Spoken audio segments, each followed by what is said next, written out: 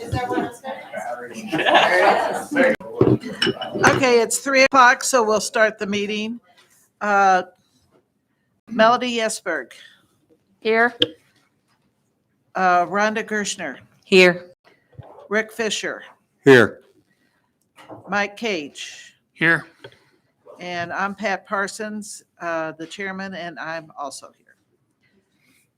Okay, I need a motion to approve the agenda. So moved. Motion seconded. Okay, all in favor? Aye. Aye.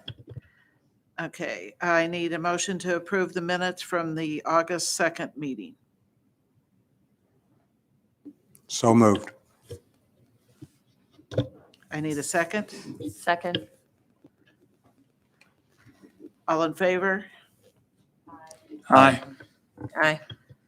Okay, now we're up to the part that everybody else is here for. So the first one up is Kirk, Mooney, and the Twin City Days. Well, actually, it's Tom, but I'm coming up for moral support. Well, it depends. But we'll see here. We wanted to say thanks to the Tourism Committee for the past the support that you've given us. This, after canceling in 2020 for obvious reasons, weren't sure how this past year would go. We actually had an excellent year with good attendance and crowds for all 3 days during Twin City Days. We were happy about that. We felt like we raised the bar this past year, and we want to keep that momentum going. So that's why we are requesting the $35,000 for 2022. Monies would go toward not just our Saturday night concert that we have at West City Park, but also advertising expenses and radio, digital marketing, which is something new that we started this year. The other thing we did, we stopped doing a printed brochure. We've got it online. We have a digital brochure with the ability that it can be printed if people want that.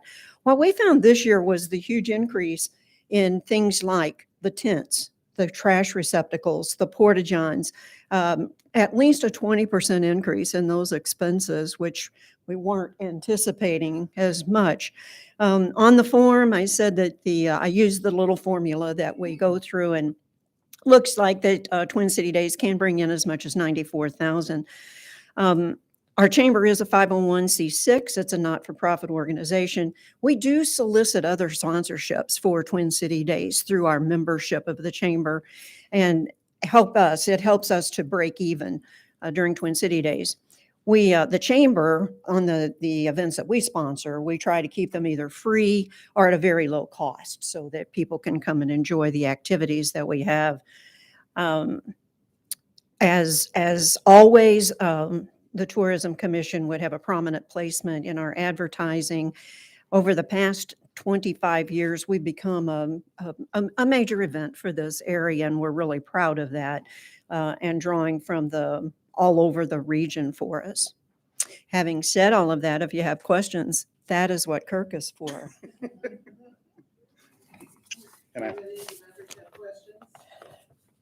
Do any of the members have questions? I think you lucked out, Kirk. Wow. Holy cow. You're not going to ask me what band or anything? I think we lucked out. So, Okay, what band? Joe Dirt. Since you inquired, Mhm. what's the total cost of Twin City Days?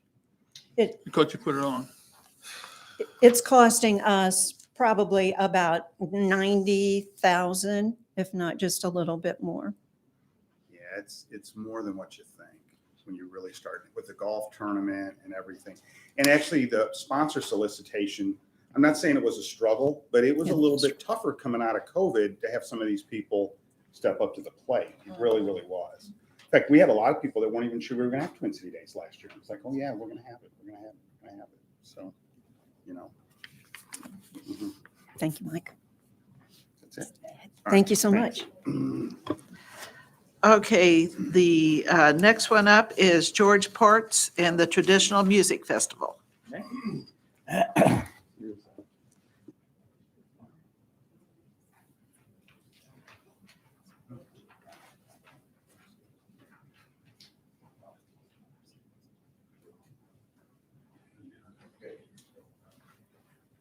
Of course, I'm George Ports with the Festus Traditional Music Festival there, and this is going to be our 32nd year overall and our 8th year, which would have been the 9th year here in Festus, Missouri. And for the past help you've given us has been tremendous. And we didn't know what to expect with coming off the lost year that we had for last year. And we had the biggest crowd that we have ever had since we've been to Festus, with a little under 4,000 people. So we were just elated and just didn't expect that. And I did get the word out a little bit that I wanted this to be a safe festival. And so all my musicians, my dance troops, my cloggers, my Irish dancers, and all my workers and food folks were all vaccinated.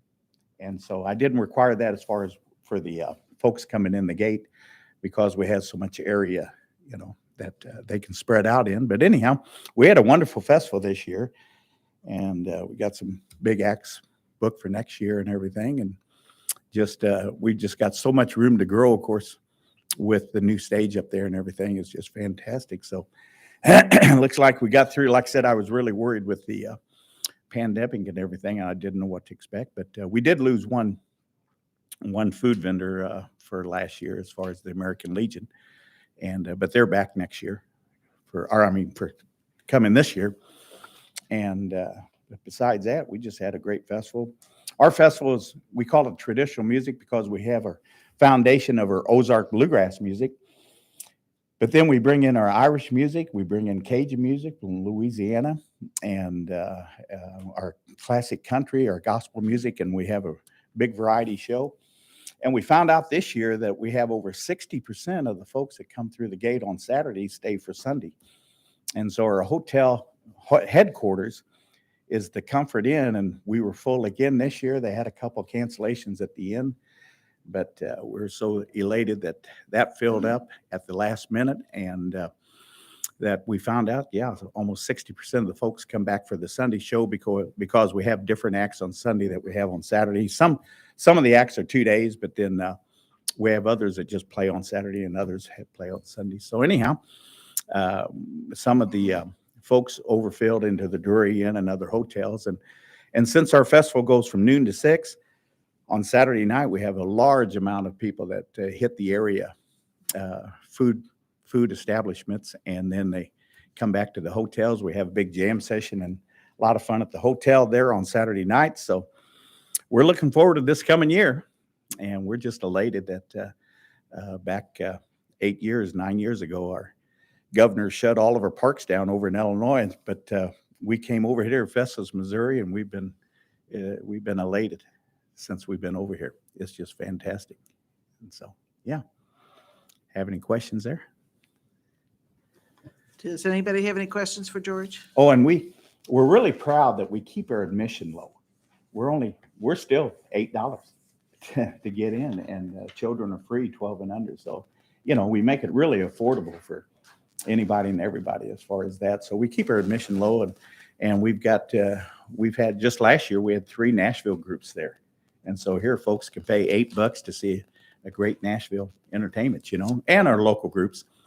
We had our local groups from Ironton, Missouri, right here in Jefferson County, and different areas. We did lose one because of the vaccination requirement. I did lose one group, and they did not play. And then I found out that 2 in their group has passed away. And so, Is this going to be at the end of September again yes, in ma'am. 2022? It'll be last weekend. Last weekend? Last weekend of September. And so we went ahead and just made that so that there's no mix-up. We can put it on all our signage and all of our advertisement. We're always the last weekend of September. Always the last weekend. And And both days, the 2-day, right? Yep, 2-day, noon to 6 each day. Yeah. Any other questions? Mhm. Thank you, George. Thank you, Pat. Appreciate it.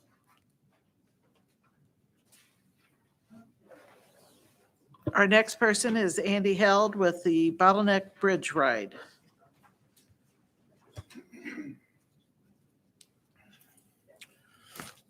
Well, good afternoon, and thank you again for having us, and thank you for being the presenting sponsor for last year's bottleneck bridge ride. What I'm up here to do is talk to you about 2022, which will be our 7th year of this event. And it hardly seems like not too long ago in 2016 that we were planning on trying to, what can we do to bring a cycling event to this local area?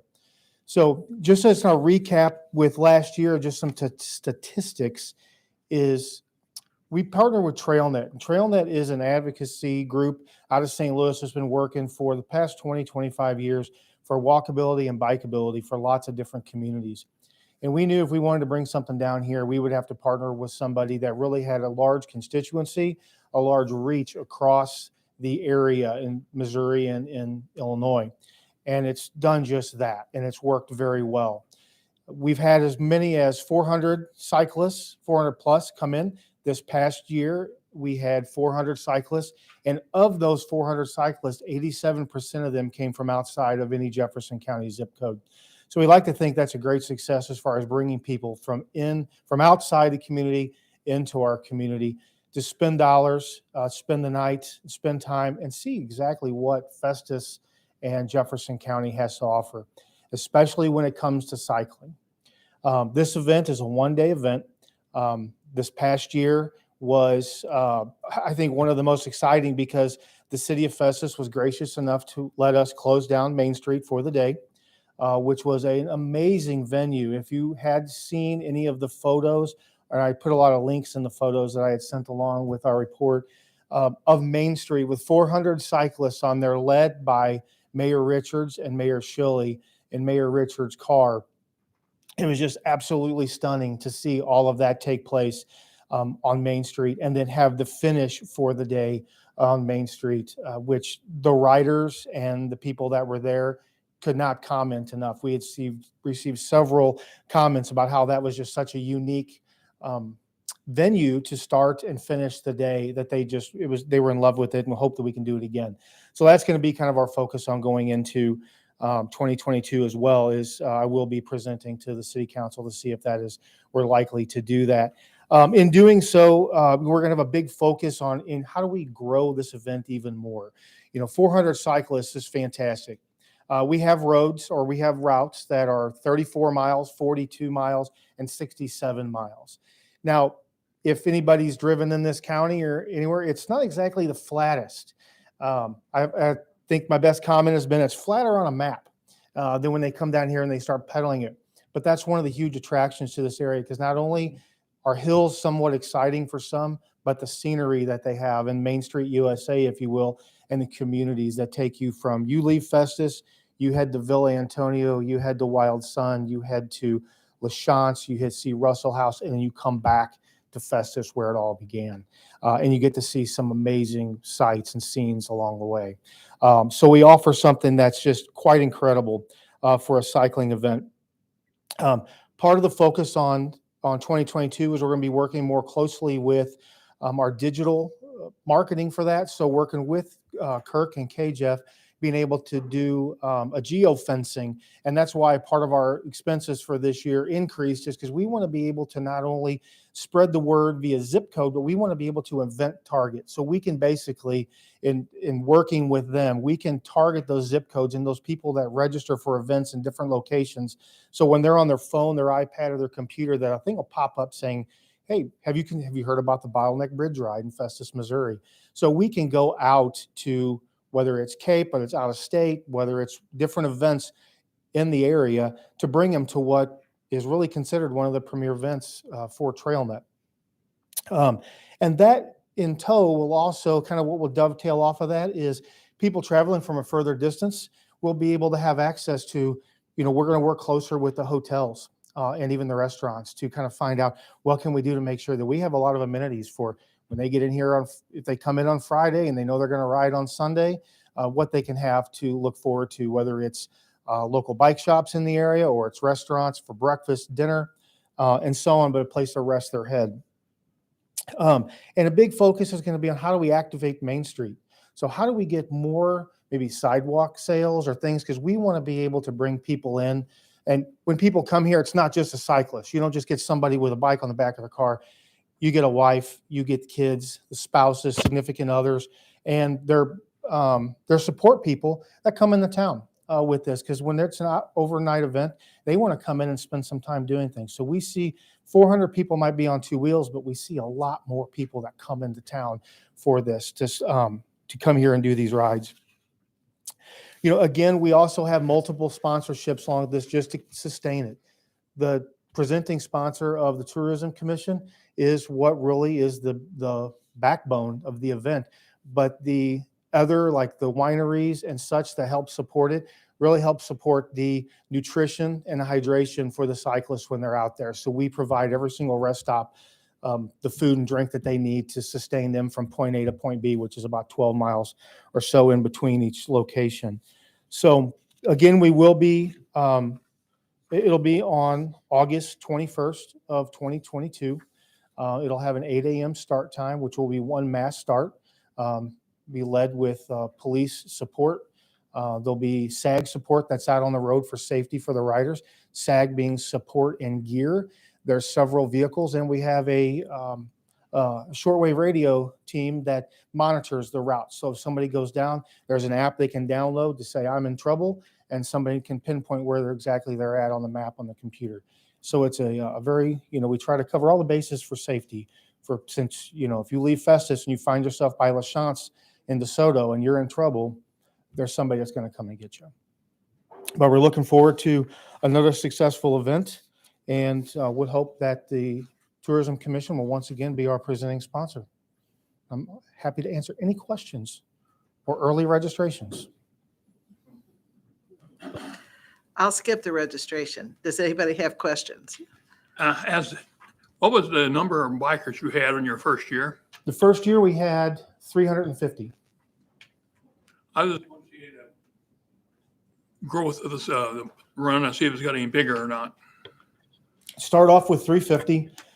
It went up to 500 the year before COVID, and then it came back down. Then we were really surprised to see it bounce back up to 400 after that. So we intend to hopefully see that continue to gradually increase year after year.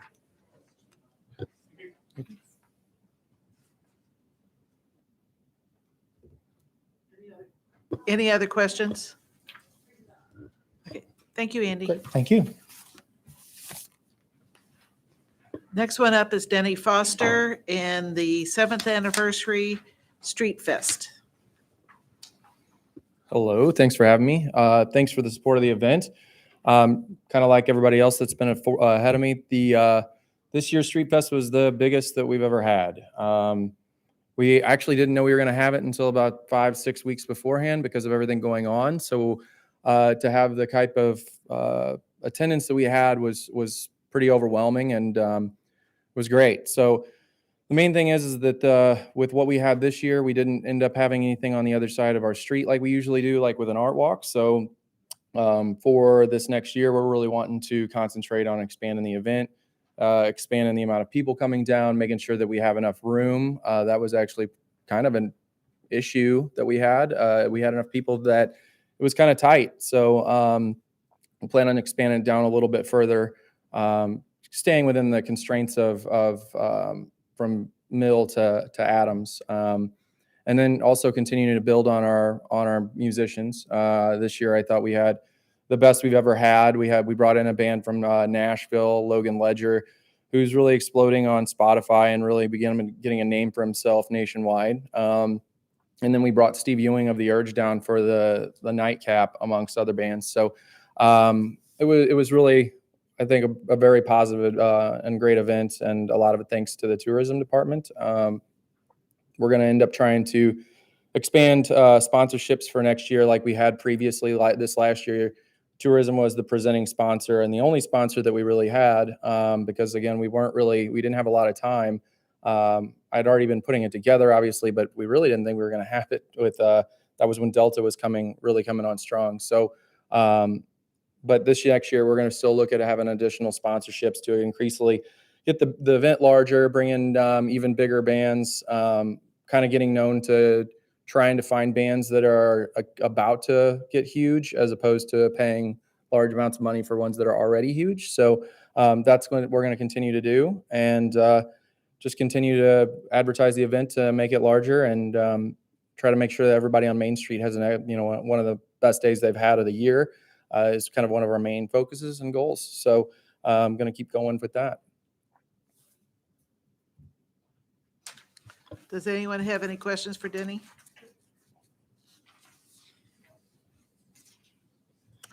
I think you're good. Thank you very much. Next up is Debbie Schumacher and the BB 5K walk. And her sidekick, Katie. That's correct. I am going to go ahead and speak a little bit. I am Katie Huck. I'm with the Twin City Area Optimist Club, and they sponsor our Junior Optimist Club, which is consists of 20 to 25 children from the age of 8 to 18. This is our 4th annual BB 5K, and I'd like to go ahead and give you our flyer. I worked on this today already.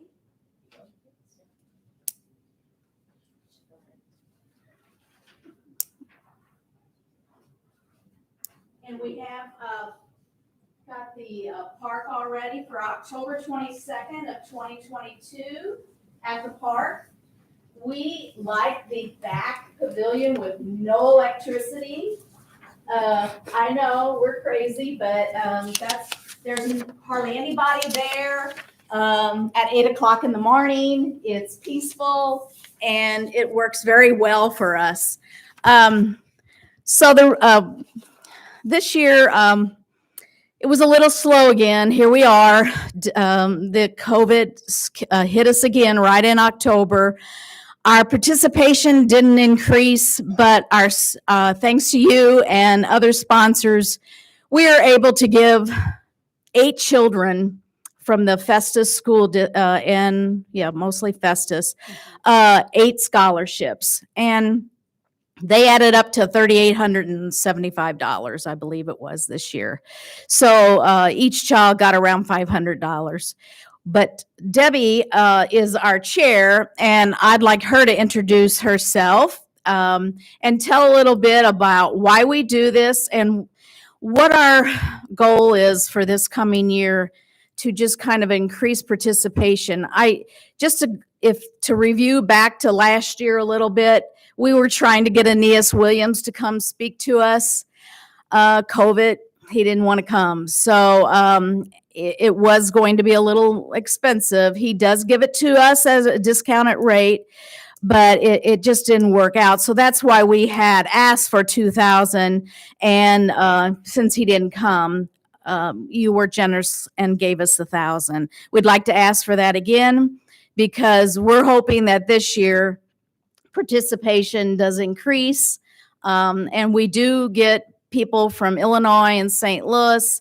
And that is our goal. Is I don't know if you've noticed, but we put on all our flyers and all our communication, the Festus tourism as the center. And we put it in the center of everything. So everybody can't miss it. So right. So Debbie Schumacher, I'll let Hello. her speak. Well, Katie pretty much took over and said everything pretty much that needed to be said. However, one of the things that I am planning on doing to help increase our enrollment is that we're going to start advertising on runners' websites where they're going to come in and for some reason they just like to run. So they're going to hopefully enroll in our run walk. And that will bring people throughout the whole state of Missouri into the community of Festus. And when we're at the walk, we encourage people at registration to, when they're done, go to a local business and have breakfast, shop around Main Street. And so we try to push it on to people that our town is really kind of fun and growing. We don't have overnight guests, so we can't offer hotels, unfortunately. But like we do bring in our state representative in my district anyway, Cindy Buckeye Courtway. She comes and speaks. And we usually have a professional singer, singing the anthem and the Pledge of Allegiance. And, that's pretty much our whole walk run, we do purchase stuff from the local businesses for the run walk. And do you have any questions? And again, thank you for giving us the 1,000 last year. Anyone have any questions?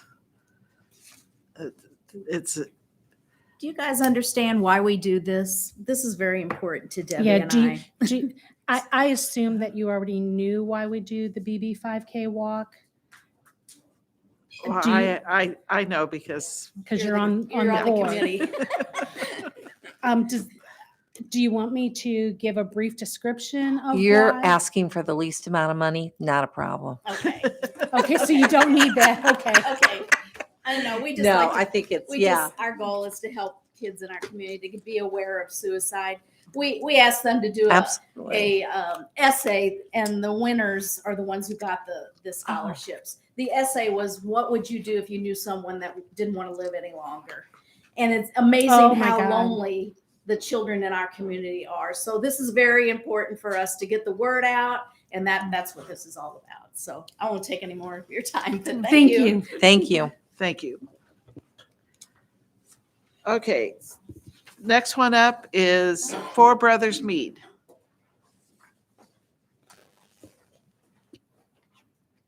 Hey everyone, it's good to see you. So this is a continuation from the submission that we put in from July. And first off, we just want to say thank you for the opportunity of giving us to put a spotlight on Festus. And this will be the second annual Siegerblatt Festival and the fourth festival that we've held at our location. With your support, we've been able to get the word out on the #1 morning show in the St. Louis area. There's over 1 million listeners each day, and we ran ads up into the event, and it really showed. It really was able to put a spotlight on the city, and we had people attend from, I mean, coast to coast. People were here, and staying in the hotels, and eating the local food up and down Main Street as well, and it was a great event. This last year, we expanded into more kid-friendly activities, and we had a couple last-minute backouts that they will be coming back though this spring festival, so that'll be really neat as well. The very first festival we put on, we may have had close to 1,000 people. With this last festival we had close to 3,000 people. And then as we continue to grow and the word gets out there, and each week people come from all over the world, all over the area and other states. And last weekend I was talking to someone who came in from Chicago down to the area. As word gets out, people start following and paying attention to what Festus has to offer. We'll definitely be, it'll pull in, we expect it to pull in even more than we did this last fall. But we had, we had live music all day with the Festus Tourism Council stage that we had. We had our advertising and marketing that we did again with the radio station, and then online promotions as well. But yeah, I mean, it's a great day, as you know, and we've talked to other local businesses, and they all see a pretty significant increase in sales, and it's a great opportunity, and we're looking forward to expanding it more into the family-friendly realm as well in the spring. I guess, is there any questions? Any questions? I know my son has gone, but he only travels from Herculaneum. So. So, Thank you all. thanks. Pat, can I say something real quick? So in your package, you have the summary of the previous 2 events as well, just so you know.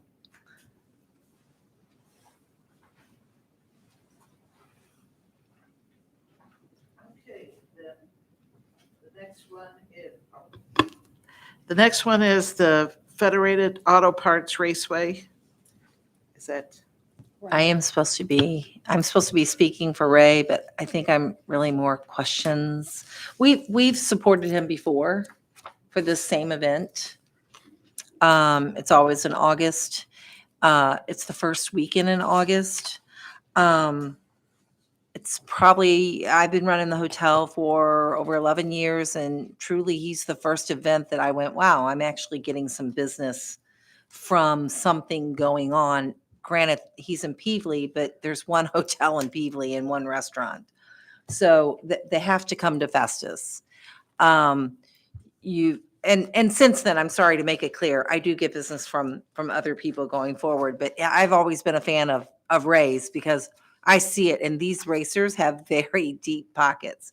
I know they're spending money in our town, in our restaurants. They're buying beers. They're tipping the waiters and waitresses. And this event right here usually sells me out. He's got multiple other ones as well that I get a nice push from. So I think his request is all about helping with the advertising. And I believe he's got it lined out in there. He doesn't have prices. He's old school, Ray is. And he's in Florida. So here we are. So the money he's asking for is just to help with the rising costs of billboards, the press. He's doing a lot more social media. It does go across the country. What else can I say for Ray? Do you have any questions? That's good. I wouldn't know. I'm like, don't be asking questions. Can you ask Ray to provide us with a breakdown of the advertising before our next? Stephanie, did you question him about that, the breakdown when he was turning this in? I can email him or try to call him. It's actually easier to get him by phone. Right. Okay. And I can call him too to let him know. I just didn't know if he had spoke with you. He kind of gave me a roundabout reason why he didn't have because I was going through the paperwork with him. I could look back at the last event. But I'll let him know. He's Okay. waiting on a phone call, so I'll let him know that that's A what the request. board is requesting is a breakdown, even if he goes off of last year's. Exactly. Any other questions? Okay. I'm not sure who's here for the Jefferson County Tourism Funding. Sharon is. Sharon is, okay. Okay. Hi, I'm David Hovis. I'm with the Jefferson County Tourism Commission. I'm on the board of directors. So Sharon is our executive director. She's handing out some of the items we're going to talk about today, as well as our most recent iteration of the handout that we give out at events throughout the county. So I think most of you are aware of our organization. We appreciate the past funding from the group. We are really just an organization that started about a year ago to promote tourism throughout the county. So, we've partnered with the Festus Tourism Commission as well as Peevely and Arnold, who have some of those bed tax dollars in place. We are, again, looking for really kind of a bridge funding for us is what I'd call it for the group, because a lot of those dollars that are available to us through the Missouri Department of Tourism are not available to the different city groups. So, we felt like we may be missing out on some of those state tourism dollars that we could get, and that's really available through a Jefferson County wide tourism commission, which is what we are. And we're basically going along the process to be able to receive some of those funding dollars. So again, this bridge funding kind of gets us from where we started a year ago to where we need to be able to receive some of those funds. So for example, we obviously had to set up a 501c3. We have to have a full-time employee, which is Sharon. We have all the bylaws, we have all those things put in place. We also have to be in existence for 2 years. So thus the bridge funding. So we're about a year away from that. And then we also are in the process of being designated as the direct marketing organization for the county. So that is a specific designation that the county council has to give us. We presented to them, was that last month? October, to request that. So we expect that hopefully to happen here in the next month or two. So that's really another hurdle we just have to get to get on kind of further down the road. So, I think it's great hearing about all the events that are going on in the county. Really, we're not an event organization. We're trying to promote the events in the area, and obviously including the city of Festus. So I think one of the things that has been a big plus for us that we've seen, so we're really more of a marketing organization for the county and all the things that we have to offer. So we are, we want to be the one place to go for everybody to see what's going on in the county. So I would encourage everybody who's presenting to let us know. We're glad to put that information on the website so the word can get out. I think our goal is just to let people know what's available in the county and all the great things that we have going on. So again, that's really what our funding is about, is again helping create those marketing touches. We've done some radio advertising. Again, we've spent a lot of time and effort on the website. Hopefully you guys have seen that. It's visitjeffersoncounty.com. So we've set up, specific items by city. So Festus obviously has its own section on things you can do, restaurants to go to. We've put day trips on there, just trying to make it easier for people like Rhonda to answer the question of what is there to do around here that are staying at the hotel. So that's kind of where we are. Again, we are hopeful that, we will be able to get some of that funding moving forward. So we hope this is our last request for funding if things go as planned, so that we can, again, get to the point where we are self-sustaining and getting those dollars from the state level. Because right now, those dollars aren't going anywhere that have been designated for the county, and we want that to go to us so we can help spread the word about the county. So, Sharon, did I miss anything? Yep. So again, we appreciate your support in the past, and we would appreciate it moving forward. I'm glad to answer any questions anybody has. I have one question, Sure. and you may have said it, but you talked fairly fast. Going forward, will you only receive money from grants, or do you receive any money from any hotels like the cities do? Currently, we do not receive any funding from any of the hotels. There's one hotel in the county, right, which is south of DeSoto off Highway 67. There's a Holiday Inn.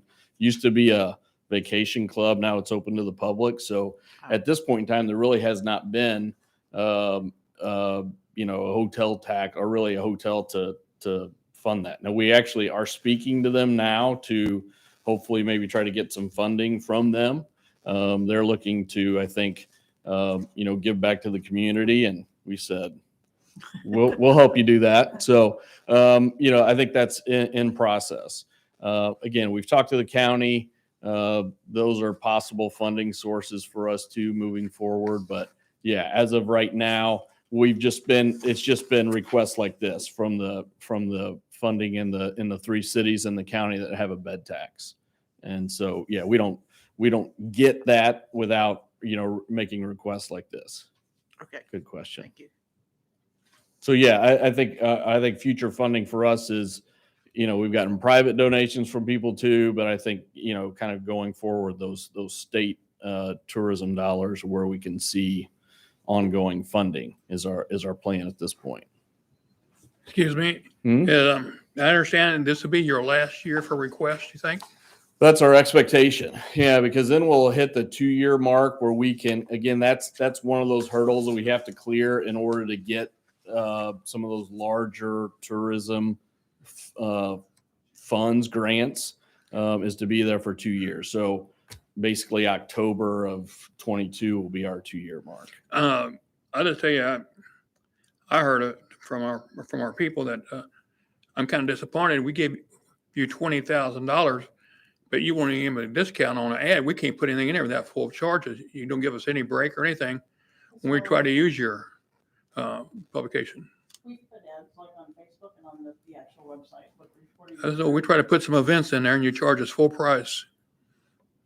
No, we don't charge anybody anything to advertise for events on our website. We have a section on it that says you can advertise for a price, but everyone that's reached out to us. Advertising for events, yes. Which, who are you referring to though? Because no one's reached out.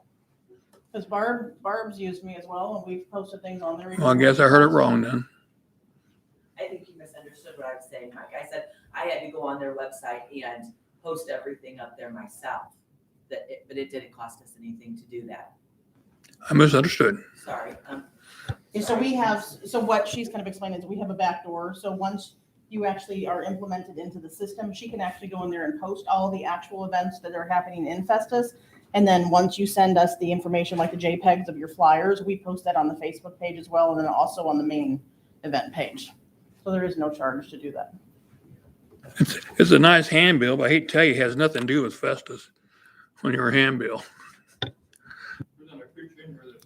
It's of us. Well, and I think, it was hard because, again, we're obviously representing the entire county, which obviously Festus is a big part of that. And our goal with that is just to get people to take a picture of that QR code with their phone, and then they can go there and they can drill down from there, because it's difficult to get, all that information on something like that. So that's really our goal with that. We're handing those out at, festivals in Kimmswick, different events, things like that. So.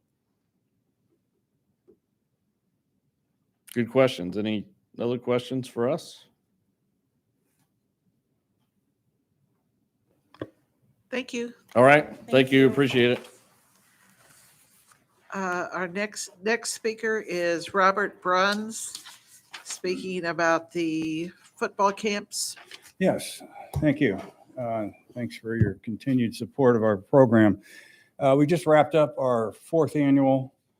We didn't actually get to have a 3rd because of the COVID, but so this is our 3rd event, 4th annual. We had 186 players come in from 11 different states. Came from as far as New York this year, as far west as Colorado and Texas and Louisiana and Iowa. We had many from Oklahoma and Kansas. Like I said, 186 players came in. We've been able to determine at interviews at the registration table, not the registration, but when they check in, we find out where they're staying at, what hotels they're in and stuff. So we were able to determine the last 2 times we're right at 70% of our people coming are from beyond local. So it's hard to say if somebody, say from Jackson, Missouri, is going to stay overnight or drive back and forth. We wear them out pretty good. So, we imagine a lot of them are staying for the weekend. We make it a 3-night or 3-day event intentionally so we can get them here on Friday night.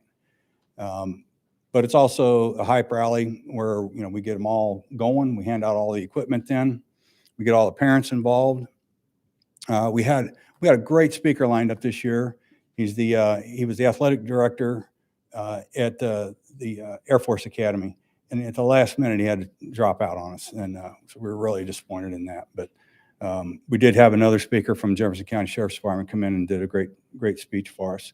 Not only are we bringing these people into town for the event and they're here, we're engaging with the local economy as best as we can, where our vendors are coming from local. Our trophies are ordered local.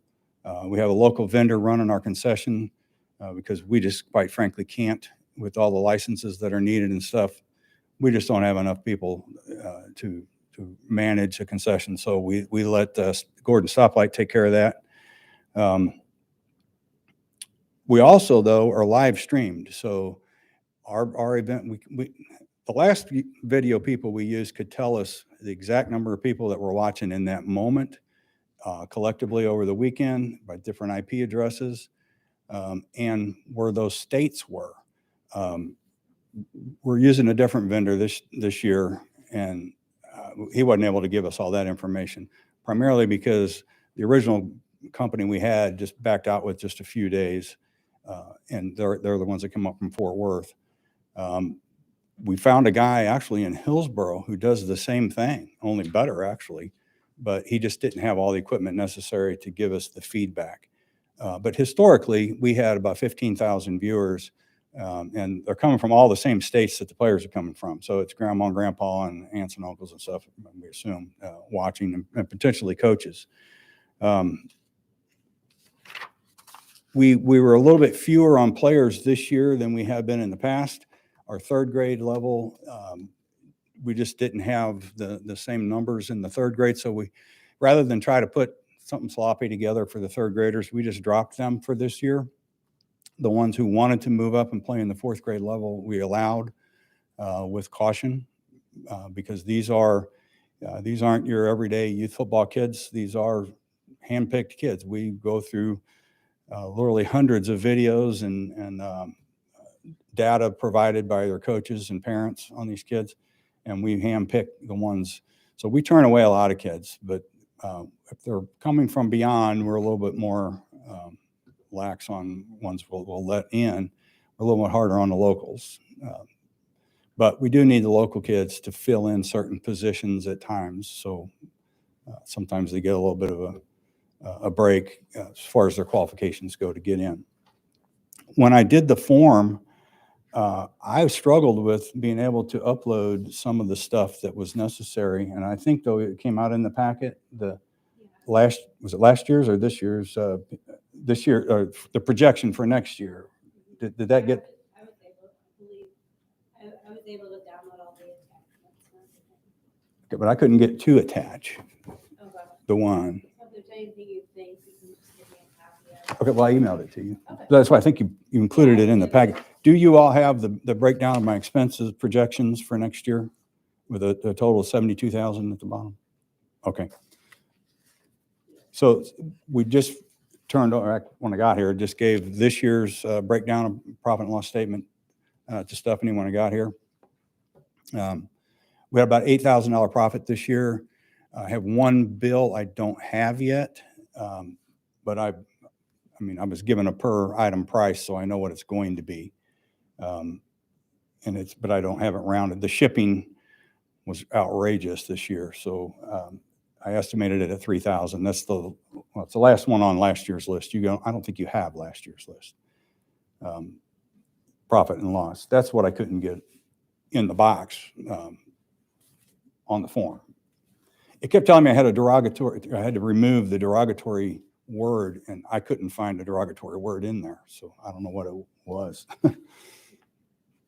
Anyway, so any questions about the All-American event? No, I got room nights from it. That's all I care about. You did get, Oh, yeah. see, I did this year, in the past, I'd given them a block code or something so that the hotels could track it. And I forgot to do that this year.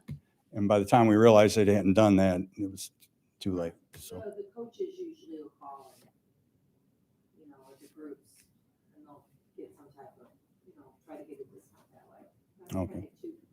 Two groups, 15 rooms, 30 rooms, probably, for two, I think they say 2 nights. that was probably the Oklahoma and the Kansas group. Some of these groups, though, come in like on Tuesday or Wednesday, and they'll be stationed here, but they run up to St. Louis one day and maybe do a lot of them go to the museum, St. Louis Museum, or I think it's called City Museum. And now I know we had some people talking to me about the aquarium they had gone to.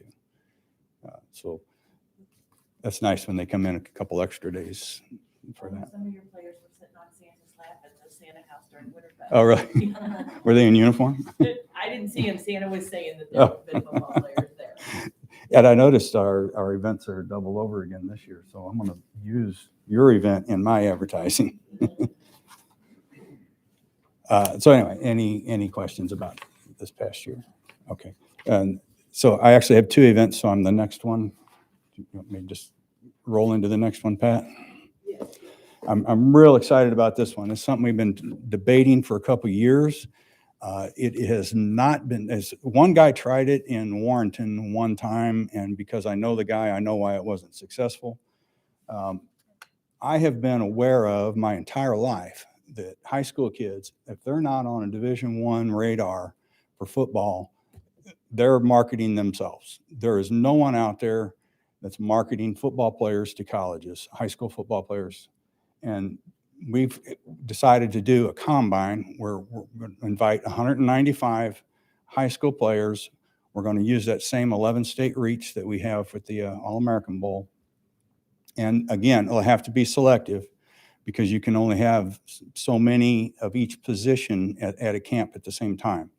So we've narrowed that down where there's going to be 12 quarterbacks and 25 running backs and that. So it adds up to 195. That'll be the invite list. The same video guy that I mentioned before from Hillsborough can do a 4-camera streaming event with a director who can sit in the booth and switch from event to event instantaneously, watch 40-yard dash, have the timer, show the timer. All the kids are wearing numbered shirts. So the coaches from the colleges that we get a hold of will have their roster.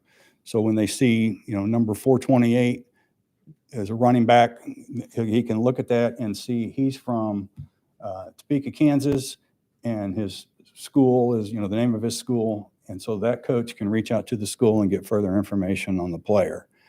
A lot of kids in high school are putting their personal information out on things, and I don't think I want to be involved in that, but they can certainly reach out to the high school and find a coach through that and get some of these kids some recognition.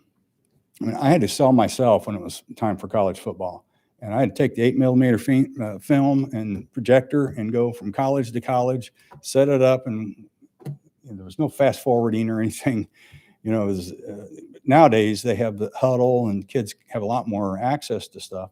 But what they don't have is access to how many schools are out there. There's tons of Division II NAIA schools, JUCOs, and they are looking for people of all types and not just positions, but the JUCOs, especially over in Western Missouri and Eastern Kansas, are taking those kids whose grade point averages wouldn't allow them to reach a Division II or Division I school, and they'll bring them in for a 2-year program and get that grade point average up while they're still playing. And then that gives them 2 more years and possibly 3, depending on if they redshirt, of eligibility with a Division II or a Division I school.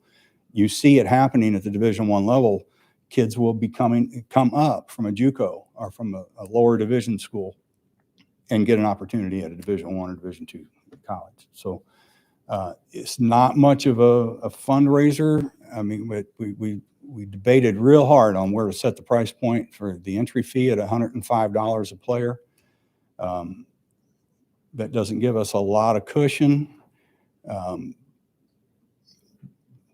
But this event is before our normal summer camps. So with a little bit of money in the bank from the All-American, if we run short, we can supplement this event with that. But almost every player in this won't be 70%. This will be a higher percent of out-of-town people. I'll answer any questions I can. Again, another upload issue here, but I think you got my projected costs. If you emailed it, then I attached it to Did you all have one? Because I have copies here. If you don't have one, our projected cost is 35,100? Yes. Yes, we have that. The electronic equipment rental, I'm low on. I found out I'm at least $1,000 low on that. But we're still working with them. The Bormans, I don't know if people know the Bormans here in town. They actually own 2 units, but that particular day, they have one at Lincoln University in Jefferson County, and they have one up here in Herculaneum. But I understand there's a couple more local that I'm going to go talk to about maybe renting or borrowing from them. So we're real excited about this one. And one of the better parts about it too is all I have to give them is a t-shirt. I mean, the other is so time intense, helmet fitting and uniform fitting and number sizing, everything that takes a lot of effort. This is a lot less effort because they only get a t-shirt from us.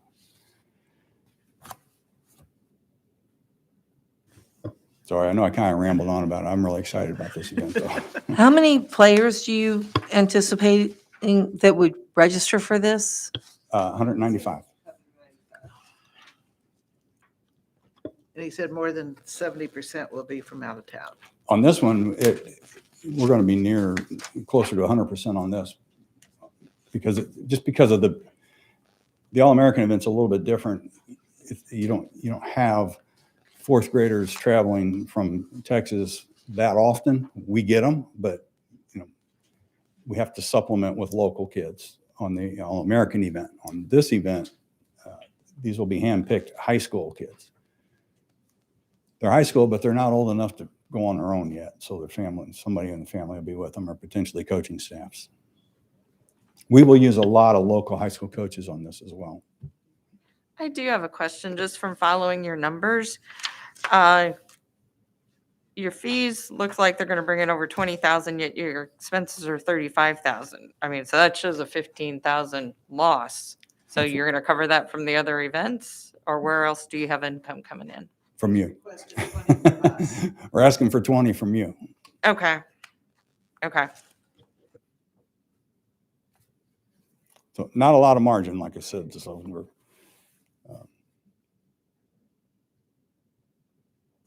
Any other questions? I have one. Are you contacted somehow through professional sports with an agency or anything like that for you to know all these people? No. I was very involved with the Rams when they were here through their outreach program. But no, I don't have any. I no longer have any connections to any of the professional teams or any colleges. The reason I have these contacts is for 30 plus years of doing this. I've been involved in youth football for over 30 years. And okay. Get around. For an example, there is a similar event to our All-American in San Antonio between Christmas and New Year's, and I'm going to see if they do something different than we do. So, I mean, I can't tell you how many events around the nation I've been to, just learning from other people. Thank you. All right, thanks. Well, next up, we have our Barb.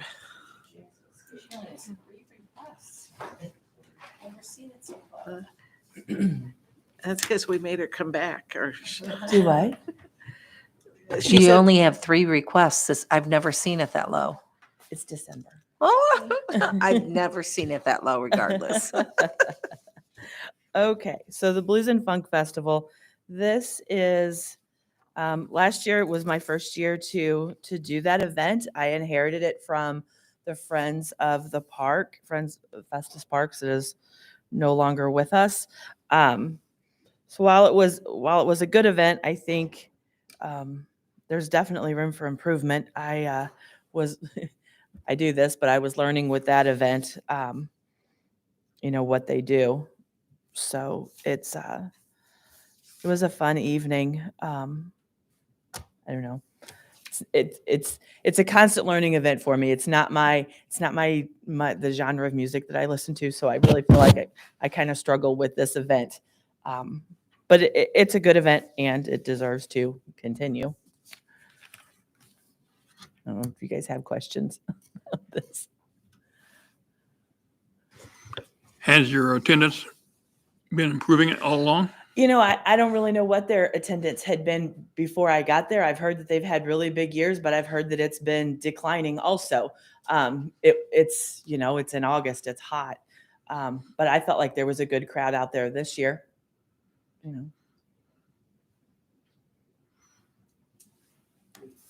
Yes, sir. I would love the help.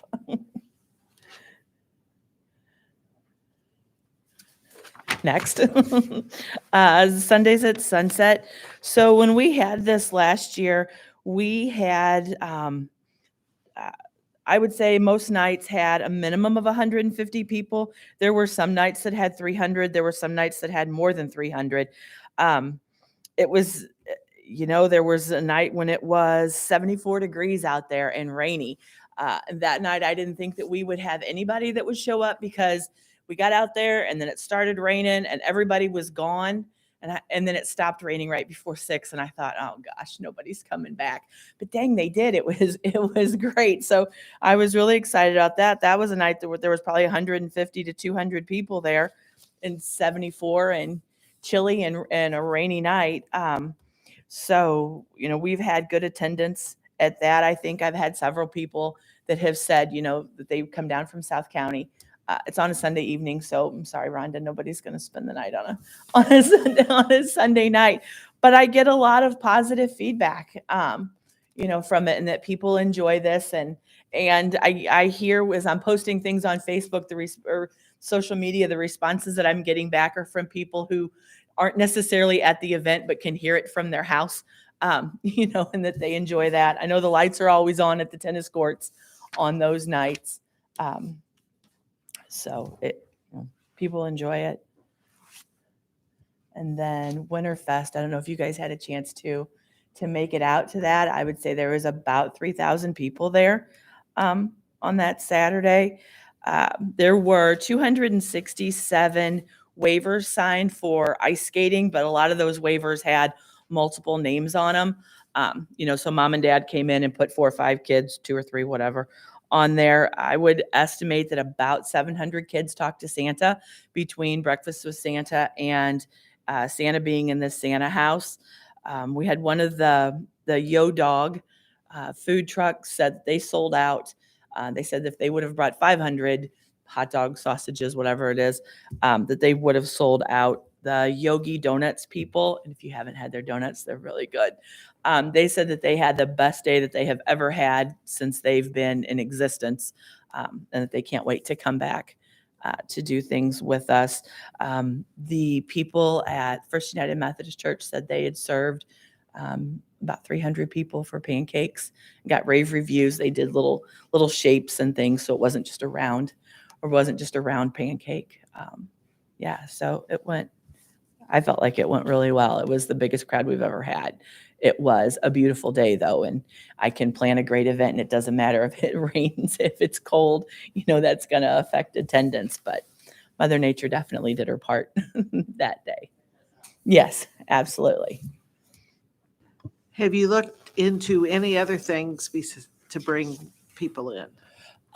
Well, we did get a good response from the street performers that were there, which typically we've just had one in the past, and we had more street performers this year. We also had characters for photo ops that I saw them always with people all day long. We had curling come in this year. I don't know that anybody really took advantage of that. I saw people over there playing with it, but I don't know how to curl, so it's like anything else, trying it out and playing with it. I just kind of always look around as it gets closer to see what's available and what we can do with it. And I always ask the artificial ice guys if they have anything new. I included this year, we did do some advertising with Facebook, just boosted it and spent $50. And there was, I think you guys have these in your packets, and this is just a week that the ad was in front of 18,000 people. So we were real happy with that expense. But yeah, I look, but I haven't made any decisions on anything, as far as what's out there. Have you reached, I should maybe talk to you on reached out to the people on Main Street to see if maybe they can have something in conjunction with Winterfest? I have not. I know people were very busy up and down Main Street. There was lots of movement and people walking around and things like that. And I had heard that some of the businesses were busier. Yeah, you had gone into Queen Anne's Lace, is that what you told me? Or no. Yeah, Michelle did, and said that they thought they were going to be dead that day, that it would pull people up the street, and that they were not at all. So There's a lot of people. I think they're learning too. The shops are learning that we're open. Or Mhm. if we put things, they can really benefit from it. Yeah, I would love to have vendors up and down Main Street, much like Twin City Days does. When I've sent information out to businesses in the past and asked them about that, I got almost zero response. Just 2 or 3 businesses took advantage of it. I mean, yes, it is. It is. And this was in the very beginning, whenever Winterfest was like that, Yes, absolutely. As a business owner, we don't want the street shut down, and we don't want other vendors in front of our businesses. That's, now if you're talking maybe to do something in coordination without shutting the street down, without bringing other vendors, I think they might be a little bit more receptive. Okay. Plan a ladies' night or a ladies' shopping or something, along with that day. Okay. I do have a question Yes, ma'am. regarding your income. I'm sorry, question regarding income. Do you have a breakdown of what's coming in from the ice skating as compared to the carriage rides? I don't, because it's all just lumped together. Okay. Yeah, that's not something we've kept separate.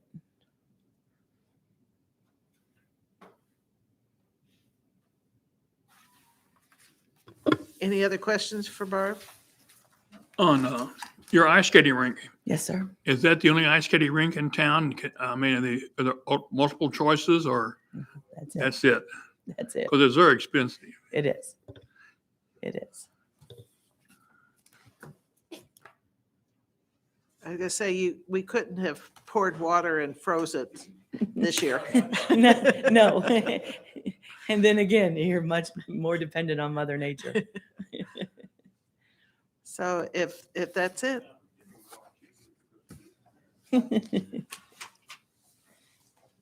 Okay, as you all know, we don't make a decision tonight. And once we make a decision, Stephanie will reach out to you and tell you what our decision was. And that will be in a week to 2 weeks. So, or I guess we'll set our meeting. Yeah, the next thing is to set the meeting. Yeah, I just read that as I was talking. Okay, does anyone have a specific date to choose for our funding meeting? And we want to have it in the next week to 2, correct? The next week.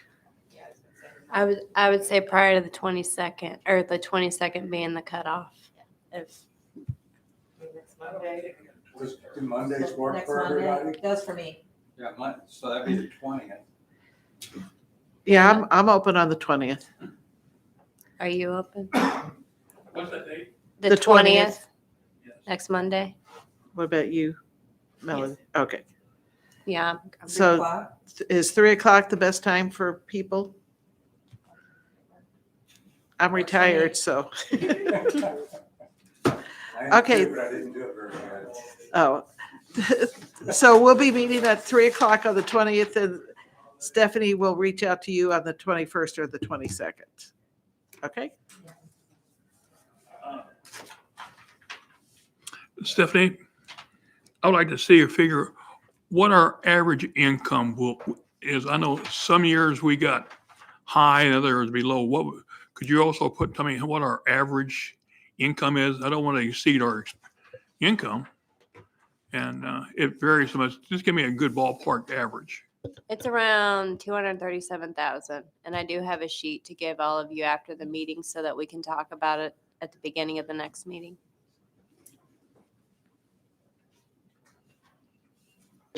Is that yearly or half year? That's for a full budget year. For one of our fiscal years.